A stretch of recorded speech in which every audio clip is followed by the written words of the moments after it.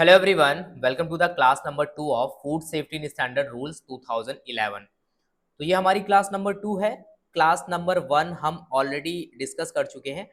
Class number 1 में देखो हमने इस food safety and standard rules 2011 को थोड़ा सा कैटेगराइज किया था कि इसमें तो 3 चैप्टर हैं, चैप्टर नंबर 1, 2, 3। तो चैप्टर नंबर 1 को हमने डिस्कस कर लिया पिछली क्लास में, जिसमें थोड़ा सा जनरल बताया गया था, कुछ इंपॉर्टेंट डिफिनीशंस थी जिनके बारे में हमने देख लिया। चैप्टर नंबर 2 को जो हमने डिस्कस किया था, चैप्टर नंबर 2 की अगर बात करें तो वहां पर क्या है कि इन्फोर्समेंट स्ट्रक्चर और प्रोसीजर के बारे में है। इन्फोर्समेंट स्ट्रक्चर की अगर हम बात करें तो जैसे कि फूड सेफ्टी ऑफिसर, उसके बाद में आप देखोगे कि designated officer, commissioner of food safety और इसके साथ ही साथ फूड एनालिस्ट। तो ये कुछ मेजर ऑफिसर्स होते हैं या फिर एम्प्लॉय होते हैं पूरे फूड सेफ्टी इकोसिस्टम में, स्टेट गवर्नमेंट में। ठीक है, तो क्या होता है कि अगर हम बात करें इन्फोर्समेंट की, तो इन्फोर्समेंट का काम एक्चुअल में देखा जाए तो ग्राउंड लेवल पे स्टेट गवर्नमेंट ज़्यादा अच्छे से करती है, क्योंकि हमारे एक्ट में, हमारे food safety and standard act 2006 में जो भी प्रोविजंस लिखे गए हैं, एक्चुअल में ग्राउंड लेवल पे उनको इम्प्लीमेंट करना ही कहलाता है इन्फोर्समेंट। अब इन्फोर्समेंट का स्ट्रक्चर की अगर बात करें तो इन्फोर्समेंट का स्ट्रक्चर यही होता है, इसमें जो डिफरेंट डिफरेंट जो ऑफिसर्स होते हैं उनका काम क्या होता है, वो कोऑर्डिनेट करके, आपस में कोऑर्डिनेट करके ये पूरा का पूरा इकोसिस्टम बिल्ड करते हैं। ठीक है, तो हम ये कह सकते हैं कि जो पहले वाली हमारी क्लास थी उसमें हमने इन्फोर्समेंट स्ट्रक्चर वाले पोर्शन को हमने कवर कर लिया। अब हमारा आगे का जो पोर्शन बचता है वो हमारा बचता है प्रोसीजर का। ठीक है, तो इसको हम दो में डिवाइड कर सकते हैं। तो पहले वाली क्लास में ऑलरेडी हम पढ़ चुके हैं इन्फोर्समेंट स्ट्रक्चर, उसमें हमने देखो FSO, designated officer, commissioner of food safety, food analyst, इनका हमने क्या देखा था, इनका हमने सबसे पहले क्वालिफिकेशन देखा था, इनका अपॉइंटमेंट कैसे होता है, और हमने ये समझा था कि इनकी ड्यूटीज और फंक्शंस क्या क्या हैं। ये सारी चीजें आई होप आपने अच्छे से समझ ली होंगी। अगर समझ ली हैं तो आपको यहाँ पर और अच्छे से चीजें समझ में आएंगी। ठीक है, तो अब हम मूव करते हैं अपने बचे हुए पोर्शन पे। तो देखा कि आपने चैप्टर नंबर 2 में हम बात करें तो ये जो इन्फोर्समेंट स्ट्रक्चर है इसको तो हम कवर कर चुके हैं। बट अब हमारा बच जाता है क्या, प्रोसीजर। प्रोसीजर की अगर हम बात करें देखो, तो यहाँ पर सबसे इंपॉर्टेंट, यहाँ पर देखो एक तो एफएसओ, उसके बाद में बात करते हैं फूड एनालिस्ट, उसके बाद में डीओ यानी कि डेजिग्नेटेड ऑफिसर।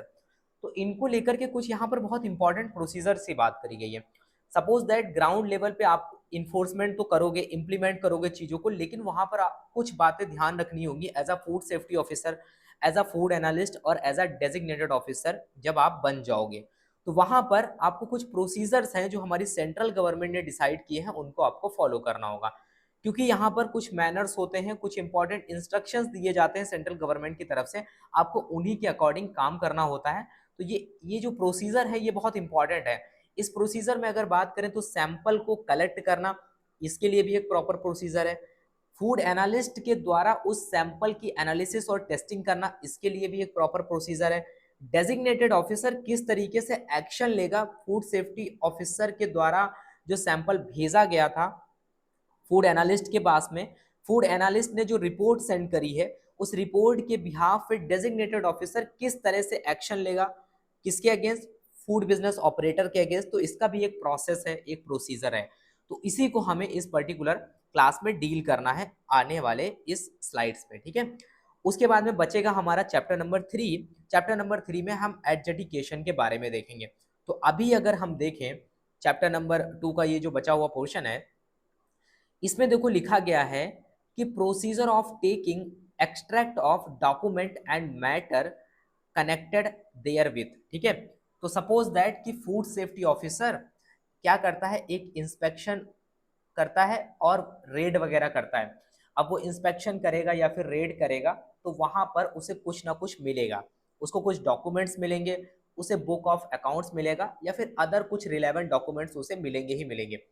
तो वो क्या करेगा, वहां से देखेगा कि हाँ भाई उसके काम के क्या डॉक्यूमेंट्स हैं, उसमें से उन डॉक्यूमेंट्स को वो निकाल लेगा, उसी को हम बोलते हैं एक्सट्रैक्ट। ठीक है, तो यहां पर हम कह सकते हैं कि the procedure of taking extract of document. ठीक है, उन डॉक्यूमेंट्स को, या फिर हम ये कह सकते हैं कि बुक ऑफ अकाउंट्स है उसको एक्सट्रैक्ट करना ही यहाँ पर बताया गया है। And matter connected therewith, या फिर उस केस से रिलेटेड, उस सिचुएशन से रिलेटेड कोई भी मैटर है उसको वहां से एक्सट्रैक्ट करना। तो उसके लिए क्या मैनर है, मैनर मतलब एक क्या तरीका है उसको एक्सट्रैक्ट करने का। Where the food safety officer, ठीक है, FSO has seized any book of account and other relevant document in exercise of power conferred upon him under subsection 6 of the section 38। यानी कि फूड सेफ्टी ऑफिसर को जो powers दी गई हैं food safety standard act 2006 के section number 38 में, उनका वो यूज करेगा, उनको जब एक्सरसाइज करेगा तो वो क्या कर सकता है, सीज कर सकता है, किसी भी बुक ऑफ अकाउंट को जब्त कर सकता है, या फिर किसी भी जो भी रिलेवेंट डॉक्यूमेंट है उनको वहां से कलेक्ट कर सकता है।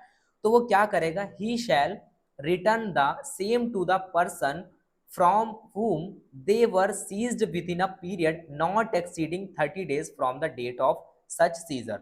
बट फूड सेफ्टी ऑफिसर यानी कि एफएसओ जो भी एक्सट्रैक्ट वहां से लेगा, जो भी बुक ऑफ अकाउंट्स या फिर रिलेवेंट डॉक्यूमेंट्स को लेगा, विद इन 30 डेज उसको रिटर्न करने होंगे उस फूड बिजनेस ऑपरेटर को या फिर किसी भी कैंडिडेट को जहां से उसने कलेक्ट किया है। ठीक है, तो पहला तो इंपॉर्टेंट ये मैनर है। दूसरी चीज ये है कि provided that before returning the book of account and other relevant documents the food safety officer shall be entitled for the copies thereof extract therefrom as case may be. यहाँ पर ये कह रहा है कि जो food safety officer है, सारे ही जो एक्सट्रैक्ट होंगे उनको 30 डेज में उसको रिटर्न करना होगा, बट रिटर्न करने से पहले वो उसकी कॉपीज अपने पास जरूर रखेगा, उन एक्सट्रैक्ट की कॉपीज अपने पास जरूर रखेगा, उन डॉक्यूमेंट्स की कॉपीज अपने पास जरूर रखेगा, उसके बाद में उसको रिटर्न करेगा। On receipt of such communication from the food safety officer, the person from whom the book of accounts and the documents were seized shall provide the copies or extract as case may be duly authenticated by the food business operator। अब क्या है कि food safety officer वहां से सबको collect करेगा और क्या करेगा, वो जिससे भी इन चीजों को कलेक्ट करेगा, यानी कि बुक ऑफ अकाउंट्स या फिर डॉक्यूमेंट्स, जिस भी कैंडिडेट्स वो कलेक्ट करेगा, उसके बाद में क्या करेगा, उसको उसकी कॉपीज प्रोवाइड करेगा, उस एक्सट्रैक्ट या फिर जो भी रिलेवेंट डॉक्यूमेंट्स है उसकी कॉपीज उसको जरूर प्रोवाइड करेगा कि हाँ भाई हम आपसे क्या क्या कलेक्ट कर रहे हैं, और उसको ऑथेंटिकेट भी कराएगा फूड बिजनेस ऑपरेटर के द्वारा। ठीक है, उसके बाद में देखो यहाँ पर लिखा गया है कि the extract shell be taken by food safety officer और एनी अदर ऑथराइज्ड पर्सन। ठीक है, यानी कि कहने का मतलब है कि या तो फूड सेफ्टी ऑफिसर उन एक्सट्रैक्ट को वहां से कलेक्ट कर सकता है, या फिर कोई authorised person, any person authorised by him, यानी कि फूड सेफ्टी ऑफिसर ने अगर किसी को ऑथराइज किया है तो वो भी वहां से इसको ले सकता है या फिर कलेक्ट कर सकता है। ठीक है, उसके बाद में देखो पॉइंट नंबर 4 में भी यही बताया जा रहा है कि जो भी पर्सन या फिर फूड सेफ्टी ऑफिसर यानी कि कोई भी उस एक्सट्रैक्ट को वहां से कलेक्ट करेगा, तो उसको ये सारी चीजें ध्यान देनी है कि उसको वो डैमेज नहीं करेगा और प्रॉपर मैनर में जो प्रोसीजर बताया जा रहा है उसी के बेसिस पे उसको करेगा। The person making extract shall not make any making marking on any record on paper. तो जब भी यहाँ पर क्या होगा कि जो भी पर्सन, चाहे वो फूड सेफ्टी ऑफिसर हो चाहे उसके द्वारा ऑथराइज कोई पर्सन हो, अगर वो वहां से एक्सट्रैक्ट बनाता है, एक्सट्रैक्ट का मतलब यही है कि अपनी जरूरत के डॉक्यूमेंट्स वगैरह निकालता है और प्रॉपर एक फाइल बना के तैयार करता है, तो उस केस में shall not make any marking on any record और पेपर। तो वहां पर वो ऐसा नहीं है कि उस पर कुछ मार्किंग वगैरह करेगा, कि उस पर टिक कर दिया, कहीं भी कुछ भी कर दिया, तो आप ऐसा नहीं कर सकते हो। तो वहां पर आपको ये भी ध्यान रखना है कि आप मार्किंग वगैरह नहीं कर सकते हो। ठीक है, तो आई होप आपको ये सारी चीजें समझ में आ गई होंगी। तो जस्ट अगर आप सुन भी रहे हो तो भी आप इससे रिलेटेड अगर क्वेश्चन आएगा तो आप कर पाओगे। ठीक है, जैसे ये सारे क्वेश्चंस पूछ लिए जाते हैं कि यहाँ पर जो सबसे पहला स्टेटमेंट था कि अगर वो वहां से कलेक्ट करता है, टेकिंग एक्सट्रैक्ट लेता है, तो उसके बाद में विद इन 30 डेज क्या करना होगा, 30 डेज के पहले पहले उसको वहां पर क्या करना होगा, रिटर्न करना होगा, जिससे भी ये कलेक्ट करेगा। ठीक है, तो ऐसे क्वेश्चंस पूछ लिए जाते हैं।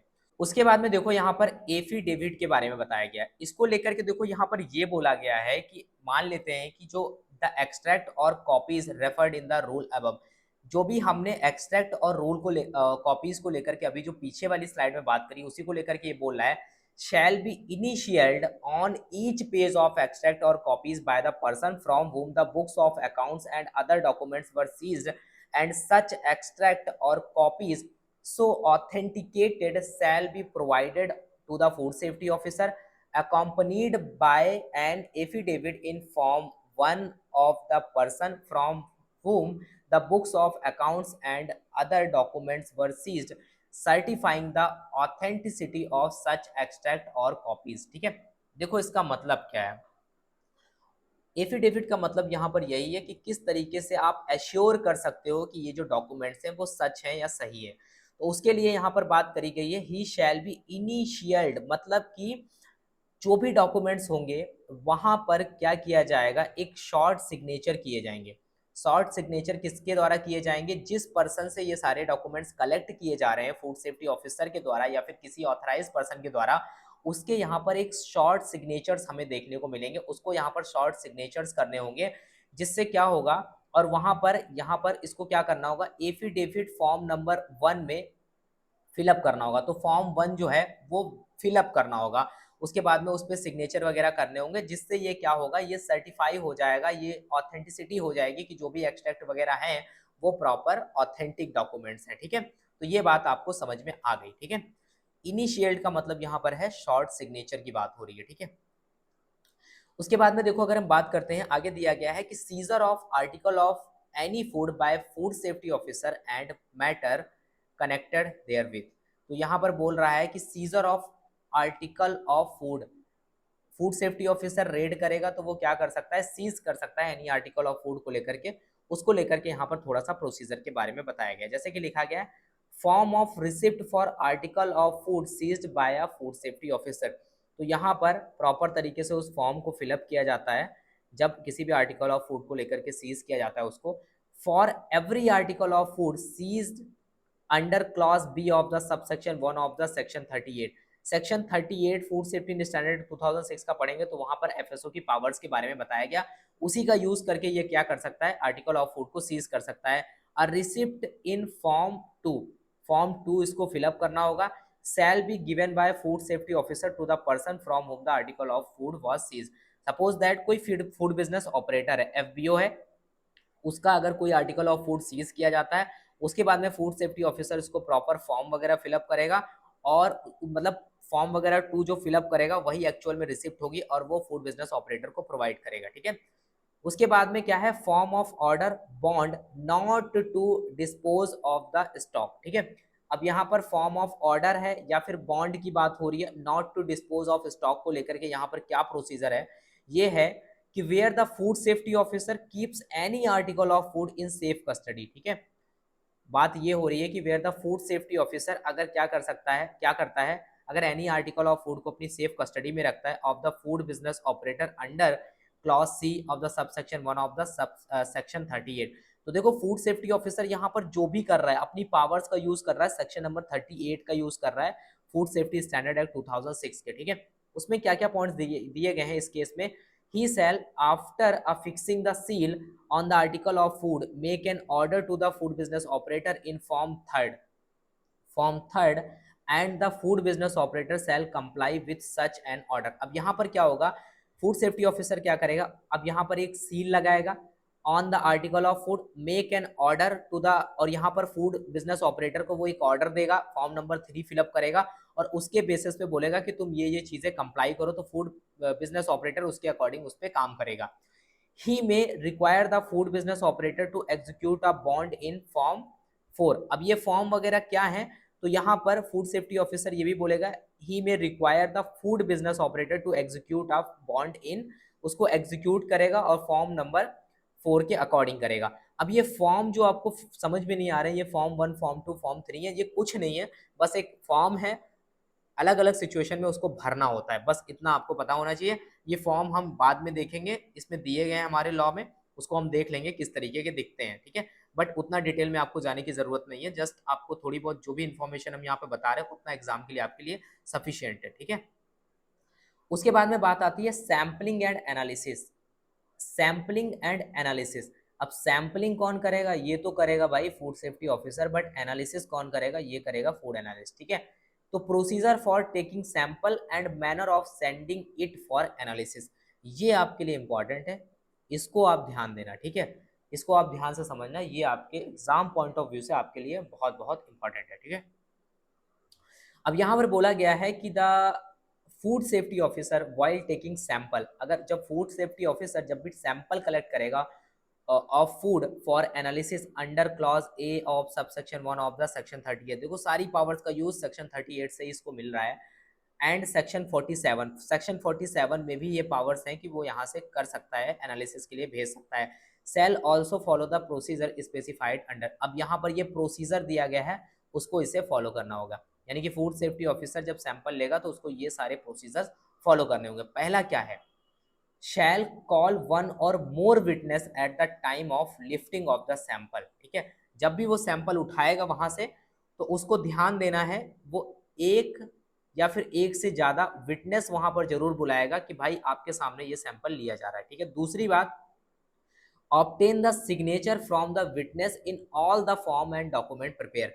अब जो भी डॉक्यूमेंट्स या फिर फॉर्म प्रिपेयर किए जाएंगे वहां पर जो भी विटनेस होंगे, जो भी वहां पे लोग मौजूद होंगे, ठीक है, उनके सिग्नेचर यहाँ पर लिए जाएंगे। उसके बाद में in case the food business operator disclose that the product has been obtained from the manufacture, distributor, supplier, notice shall also be given to such manufacturer, distributor और supplier।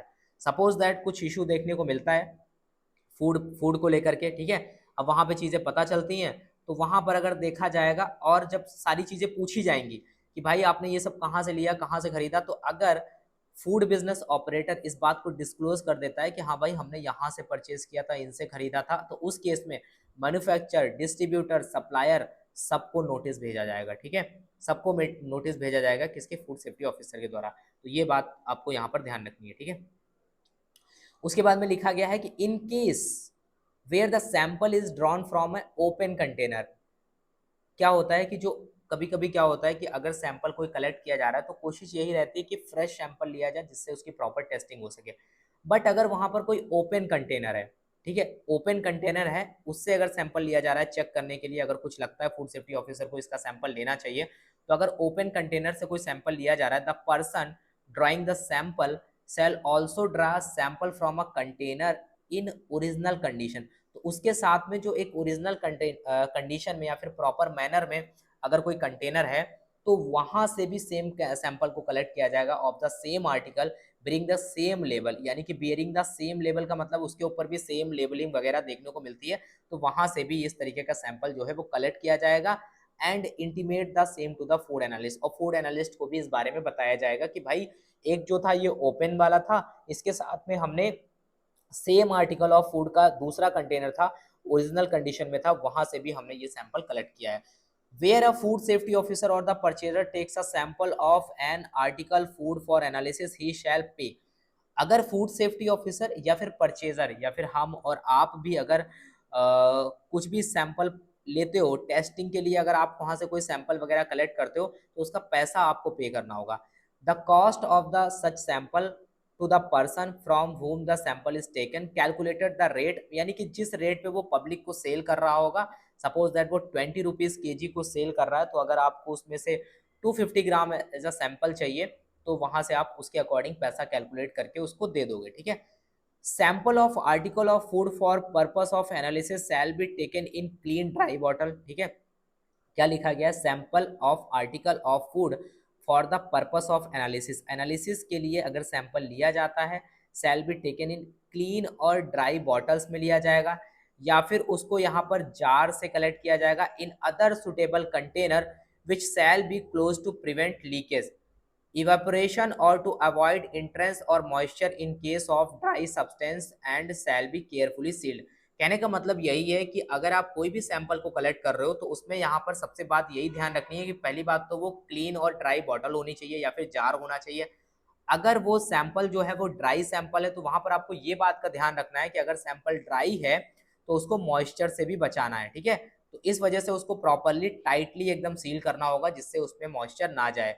provided that if a sealed package marketed by the manufacturer, food business operator is taken as a sample, further sealing is in separate container will not be required। suppose that कोई food business operator कोई अगर छोटा सा कोई food article of food है, कुछ भी है, अगर उसको वो ऑलरेडी पैक्ड फॉर्म में सेल कर रहा है, ठीक है, उसको पैक्ड फॉर्म में सेल कर रहा है, तो वहां पर ये सब करने की जरूरत नहीं है कि कंटेनर में पैक करो फिर उसके ऊपर ये सारी चीजें करो, तो सील वगैरह लगाने की वहां पर सेपरेट सील लगाने की जरूरत नहीं होती है। ठीक है, बाकी जो जैसे मिल्क हो गया, स्वीट्स वगैरह हो गए, तो इसके लिए तो वहां पर प्रॉपर चीजें करनी होती है, बट ऑलरेडी अगर कोई पैकिंग में है तो उसके लिए ये सब करने की जरूरत नहीं होती है। ठीक है, उसके बाद में देखो लिखा गया है कि ऑल बॉटल्स और जार और other container containing the sample for analysis shall be properly labelled and the parcel shall be properly address. तो यहाँ पर सपोज दैट कोई फूड सेफ्टी ऑफिसर अगर कोई सैंपल लेता है या फिर उसके बिहाफ पे कोई सैंपल को कलेक्ट करता है,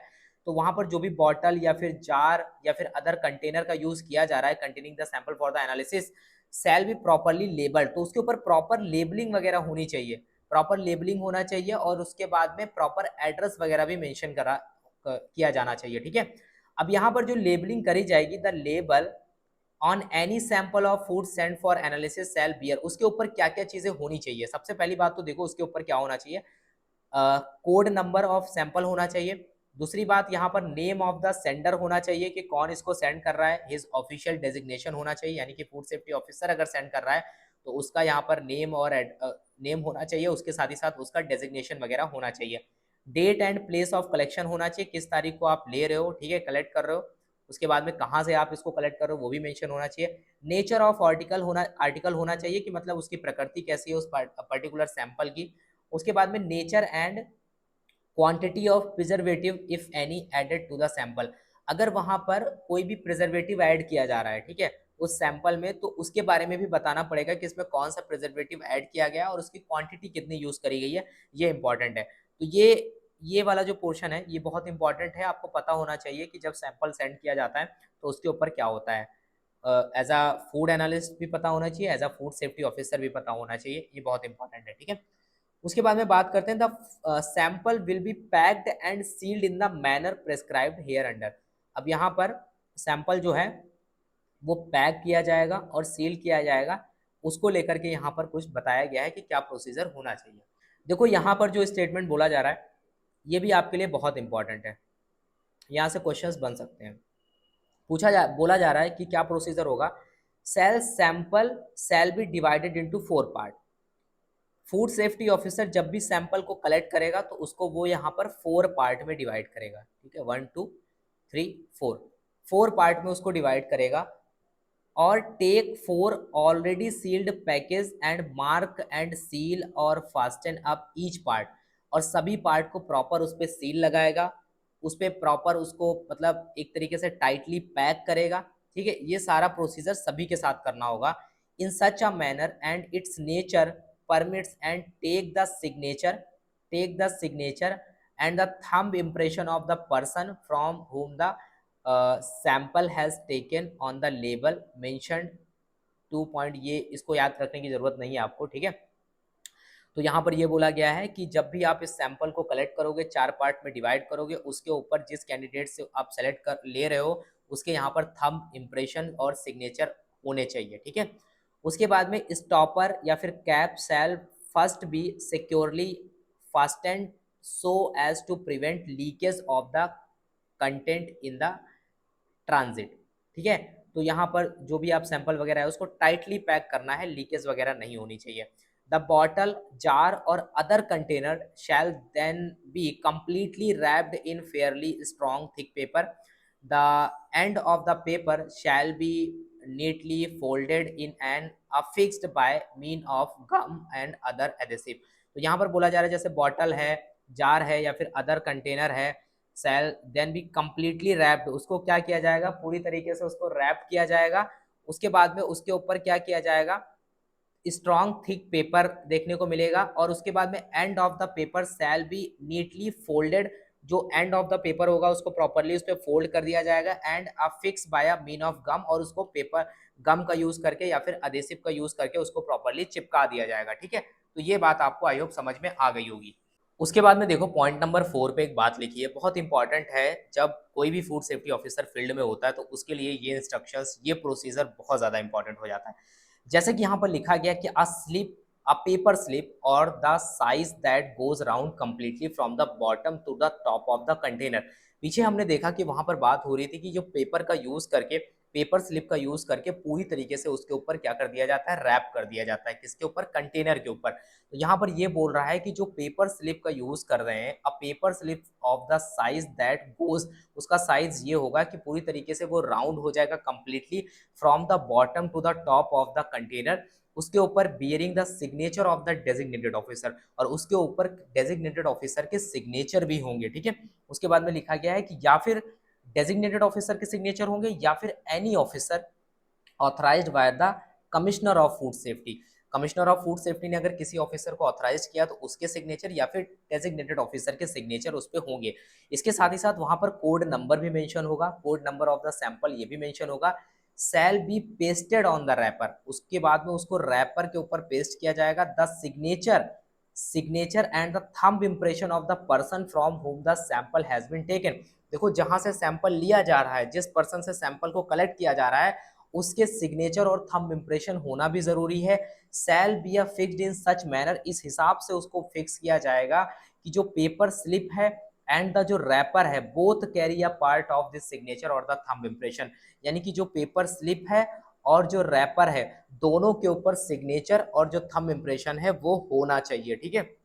उसके बाद में देखो क्या लिखा है कि provided that in case the person from whom the sample is taken refuses to affix his signature और थंब इंप्रेशन। सपोज दैट कि वहां से जहां से सैंपल कलेक्ट किया जा रहा है, अब वो पर्सन मना कर देता है, वो कहता है कि हम अपने ना ही सिग्नेचर देंगे और ना ही हम अपना थंब इंप्रेशन देंगे, तो उस केस में क्या होगा, the signature or the thumb impression of one or more witness shall be taken in the same manner. तो उस केस में वहां पर जो भी कैंडिडेट मौजूद होंगे उनसे एज अ विटनेस उनके थंब इंप्रेशन और सिग्नेचर ले लिए जाएंगे, बट सैंपल कलेक्ट जरूर किया जाएगा।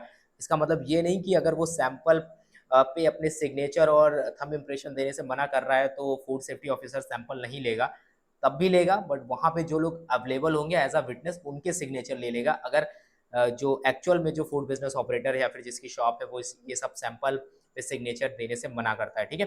उसके बाद में लिखा गया है कि provided further in case the paper slip containing the signature of the designated officer is of size that it goes not cover completely। अगर वो not cover completely from the bottom to the top of the container, अगर वो जो signature हैं, ठीक है, designated officer के, वो सिग्नेचर अगर वहां पर कंप्लीटली कवर नहीं करते हैं बॉटम से टॉप ऑफ द कंटेनर को, तो फूड सेफ्टी ऑफिसर की ये रिस्पॉन्सिबिलिटी है, सेल अफिक्स एडिशनल सीट का वो यूज करेगा, पेपर का यूज करेगा to the slip containing the signature of the designated officer, designated officer के जिसपे सिग्नेचर होंगे, और वो उसको वहां पर क्या करेगा, to cover the container, completely container को कवर करने की कोशिश करेगा।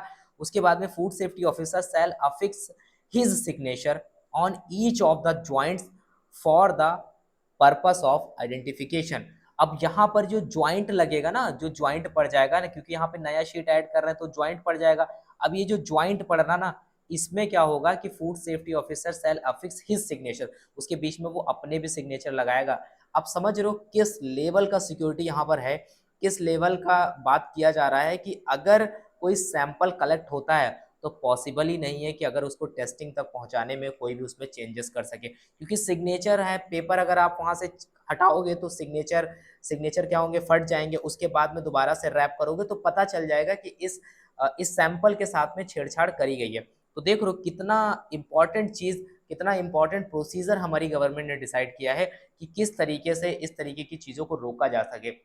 सपोज दैट कोई फूड बिजनेस ऑपरेटर है, उसका सैंपल कलेक्ट किया जाता है, अब वो इस केस में किसी एक ऑफिसर के साथ में मिलकर के ये बोलता है कि हाँ भाई ऐसा कर सकते हो आप कि ये जो सैंपल है इसको चेंज कर दो, कुछ भी कह सकता है, बट वहां पर देख रहे हो आप कितने सारे लोग इन्वॉल्व हो रहे हैं, designated officer, food safety officer, कई सारे ऑफिसर्स इन्वॉल्व हो रहे हैं। इससे क्या होता है कि जो करप्शन होता है उसको कुछ काफी हद तक रोका जा सकता है।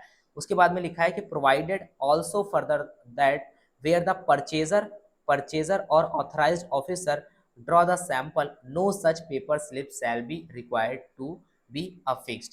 यानी कि एफएसओ अगर सैंपल को कलेक्ट करता है तो उसके केस में ये सारा प्रोसीजर लगेगा, बट अगर परचेजर या फिर ऑथराइज्ड ऑफिसर करता है तो उस केस में ये सब स्लिप वगैरह लगाना और ये सब की जरूरत नहीं पड़ेगी, ठीक है। आई होप आपको ये सारी चीजें भी समझ में आ गई होंगी। फिर देखो पॉइंट नंबर 5 में लिखा है कि the paper cover shall be further secured by mean of strong twine और thread both above the across the bottom jar and other container, and the twine or thread shall then fastened on the paper cover by means of sealing wax, on which there shall be distinct and clear impression of the seal to the sender, और उसके साथ ही साथ of which one shall be at the top of the pocket, one at the bottom और other two on the body of the pocket। तो यहाँ पर देखो ये बोला जा रहा है कि जो पेपर कवर कर दिया गया, उसके बाद में उसको सिक्योर करने के लिए पूरी तरीके से उसके ऊपर एक प्रॉपर तरीके से थ्रेड के थ्रू उसको बांध दिया जाएगा, या फिर जो हम सुतली जिसको बोलते हैं उसके थ्रू यहाँ पर इसको पैक कर दिया जाएगा, एकदम टाइटली बांध दिया जाएगा जिससे वो पूरी तरीके से सेफ रहे। उसके बाद में यहाँ पर बात हो रही है कि उसके ऊपर सील लगा दी जाएगी और वैक्स का यूज किया जाएगा, सीलिंग वैक्स का यूज करके प्रॉपर उस पर सील वगैरह लगा दी जाएगी कि उसको अब ओपन ना किया जा सके, अगर ओपन किया जाएगा तो वो पता चल जाएगा। ठीक है, तो इस तरीके से यहाँ पर सारी चीजों को किया जा रहा है। और उसके बाद में यहाँ पर देखो क्या हो रहा है चीजें कि पूरा का पूरा वहां पर जब सेंड कर रहे हो तो उसको पूरा जो प्रोसेस है उसको आपको फॉलो करना है। सील ऑफ सेंडर जो है वो भी यहाँ पर होनी चाहिए, impression of the seal of the sender यानी कि कौन भेज रहा है ये सब उस पर होना चाहिए। जो सीलिंग वैक्स का हम यूज कर रहे हैं उसके ऊपर ये सारी इंफॉर्मेशन होनी चाहिए। ठीक है, तो आई होप अभी आपको ये भी समझ में आ गया पॉइंट। उसके बाद में देखो यहाँ पर लिखा है पॉइंट नंबर 10 में कि the container of the sample shall B dispatched for with in the following manner. अब यहाँ पर जो सैंपल को डिस्पैच किया जा रहा है उसके लिए कुछ यहाँ पर फॉलोइंग मैनर्स बताए गए हैं, प्रोसीजर बताए गए हैं, उनको हम थोड़ा सा जल्दी जल्दी देख लेते हैं। जैसे कि लिखा गया है कि sealed container of the one part of the sample for analysis along with the memorandum in form 6 shall be sent in the sealed packet to the food analyst under appropriate condition to retain the integrity of the sample। अब क्या हो रहा है यहाँ पर, इस sample की जो हमने पीछे बात करी, फिर sealed container of one part of the sample for analysis along with the memorandum, यानी कि ये जो फॉर्म की बात हो रही है उसको फिल किया जाएगा, फॉर्म नंबर 6 को shall be sent in the sealed packet to the food analyst। तो सबसे पहले यहाँ पर किसको भेजा जाएगा, फूड एनालिस्ट के पास में टेस्टिंग के लिए भेजा जाएगा, किसके द्वारा, फूड सेफ्टी ऑफिसर के द्वारा। उसके बाद में sealed container of the second and third, पीछे देखो हमने पीछे जो बात करी थी वहां पर मैंने आपको बताया था कि 4 पार्ट में डिवाइड कर रहे थे, उन्हीं को यहाँ पर बोला जा रहा है। उसके बाद में क्या हो रहा है, sealed container of the second and जो थर्ड पार्ट है, एक पार्ट तो भेज दिया गया फूड एनालिस्ट के पास में, दूसरा सेकेंड और third part of the sample and 2 copies of the memorandum जो है, जो होंगी फॉर्म नंबर 6 जो फिल किया गया था, shall be send to the designated officer. तो किसके पास में भेज दिया जाएगा, डेजिग्नेटेड ऑफिसर के पास में भेज दिया जाएगा। ठीक है, उसके बाद में देखो क्या लिखा है, the sealed container of the remaining fourth part, जो चौथा भाग जो बचा of the sample and a copy of the memorandum in the form 6। तो फॉर्म 6 तो सभी में भरा जा रहा है। ठीक है, जब भेजा जाता है तो फॉर्म 6 भरा जाता है उस टाइम पे, तो फॉर्म 6 के साथ में सैंपल, चौथा वाला जो सैंपल है उसको कहाँ भेजा जाएगा, shall be send to the accredited lab along with fee prescribed by the authority if so requested by the food business operator। ठीक है, under intimation of designated officer.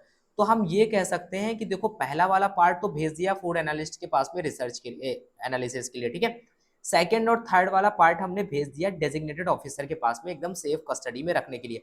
चौथा वाला पार्ट भी एक्चुअल में भेजा जा रहा है फूड उसके पास में, डेजिग्नेटेड ऑफिसर के पास में ही, बट उसको भेजा जा सकता है किसके पास में, एक्रीडिटेटेड लेबोरेटरी में टेस्टिंग के लिए। वो किस केस में, देखो यहाँ पर लिखा गया है, provided that fourth part shall be deposited with designated officer if food business operator does not requested to send the sample to an accredited lab। होता क्या है कि जैसे कि मैंने आपको बताया, कहीं कहीं पर आपने देखा होगा कि जैसे कि फूड बिजनेस ऑपरेटर क्या करता है कि उसको यहाँ पर टेस्टिंग कराई गई, अब उसका जो रिजल्ट आया वो कहता है कि भाई मैं इस रिजल्ट से सेटिस्फाइड नहीं हूँ, मुझे लग रहा है कि ये जो टेस्टिंग या एनालिसिस में मेथड जो यूज करे गए हैं वो प्रॉपर तरीके से यूज नहीं किए गए। तो वो यहाँ पर रिक्वेस्ट कर सकता है कि सर मुझे दोबारा से टेस्टिंग करानी है। तो डेजिग्नेटेड ऑफिसर के पास में जो चौथा वाला सैंपल रखा है वो इसको भेज देगा कहाँ पर, एक्रीडिटेटेड लैब में या फिर रेफरल फूड लेबोरेटरी में दोबारा से टेस्टिंग के लिए। अब उसकी जो रिपोर्ट होगी वो फाइनल रिपोर्ट मानी जाएगी। तो ये एक प्रोसेस आपको समझ में आना चाहिए। ठीक है, उसके बाद में लिखा है for lifting a sample for testing microbiological parameter.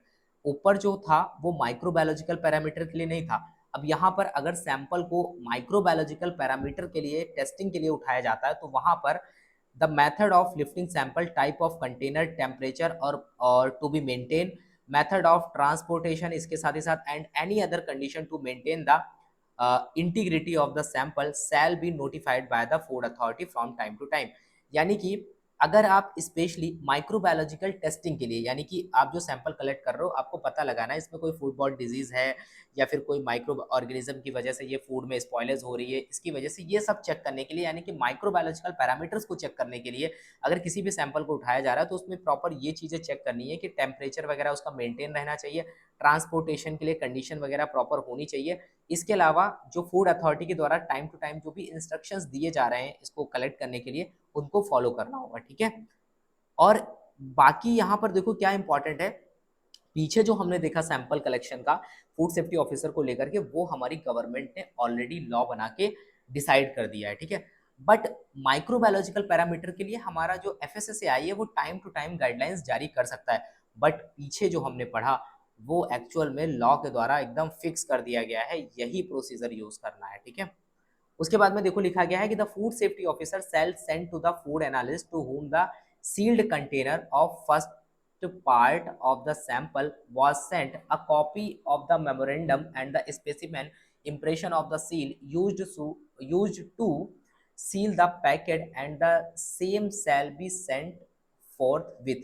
तो यहाँ पर क्या है कि फूड सेफ्टी ऑफिसर जो है वो सेंड कर रहा है फूड एनालिस्ट के पास में सैंपल, उसके बाद में सील्ड कंटेनर उसके पास में जा रहा है, फर्स्ट पार्ट जो भेजा गया of the sample was sent a copy of the memorandum and specimen impression of the seal used to seal the packet.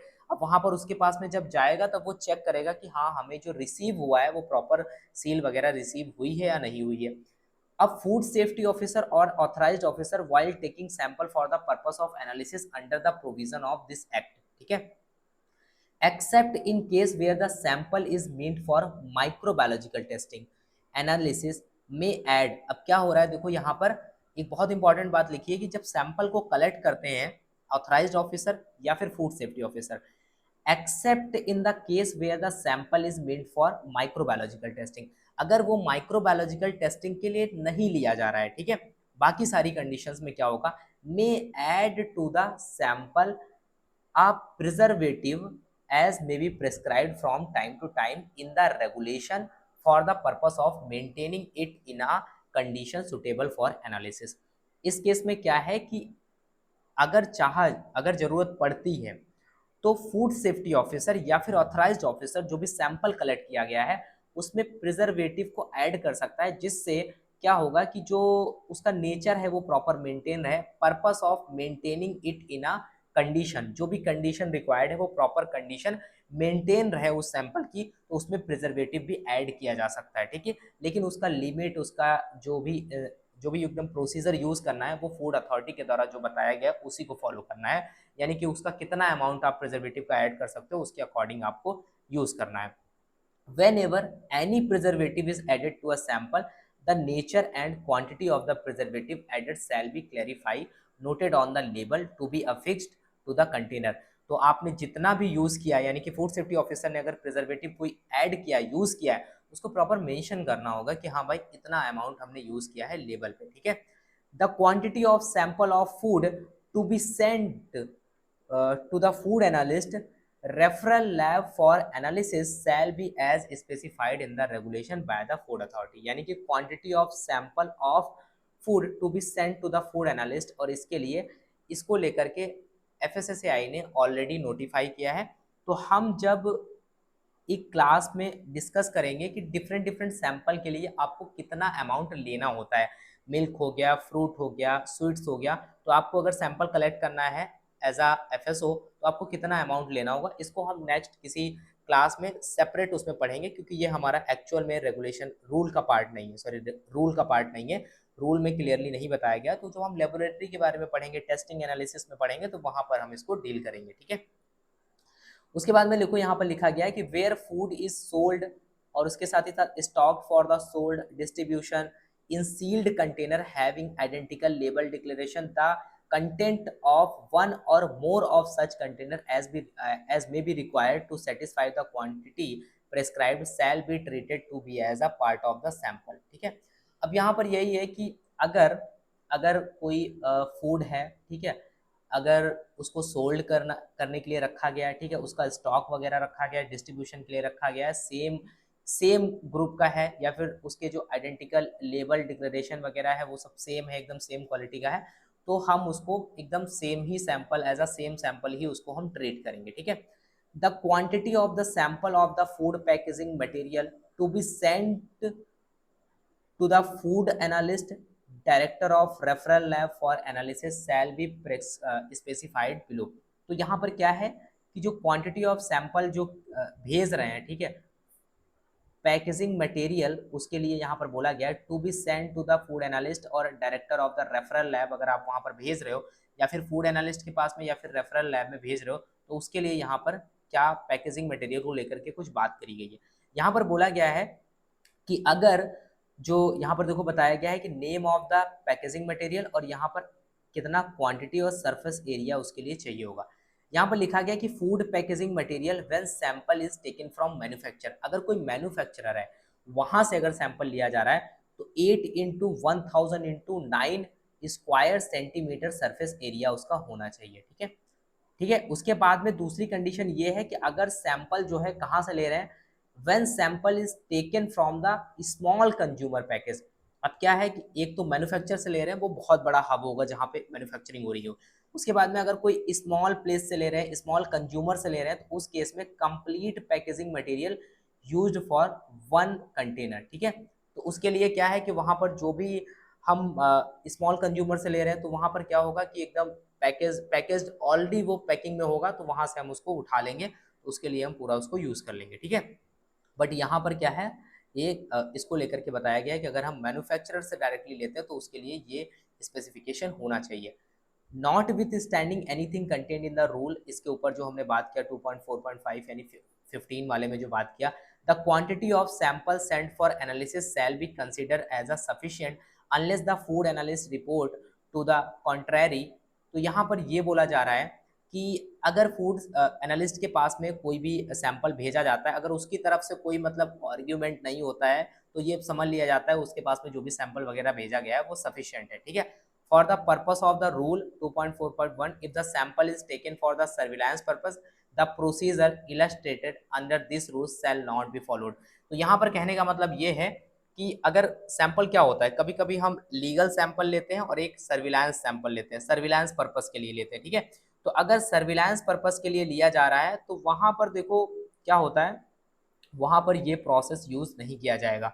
इसको लेकर के हम और कभी थोड़ा सा डिटेल में पढ़ेंगे, क्योंकि एक्चुअल में ये हमारा यहाँ पे पार्ट नहीं है कि जो हमारा जो सैम्पलिंग होती है उसमें हम जो यूज़ करते हैं सर्विलांस सैम्पलिंग, लीगल सैम्पलिंग, तो ये एक सैम्पलिंग का एक प्रोसेस होता है, उसमें कुछ इंस्ट्रूमेंट वगैरह भी यूज़ करते हैं। उसको हम किसी अदर में पढ़ेंगे जब हम टेस्टिंग एनालिसिस वाला पोर्शन डील करेंगे। बस यहाँ पर आपको इतना पता होना चाहिए, ठीक है।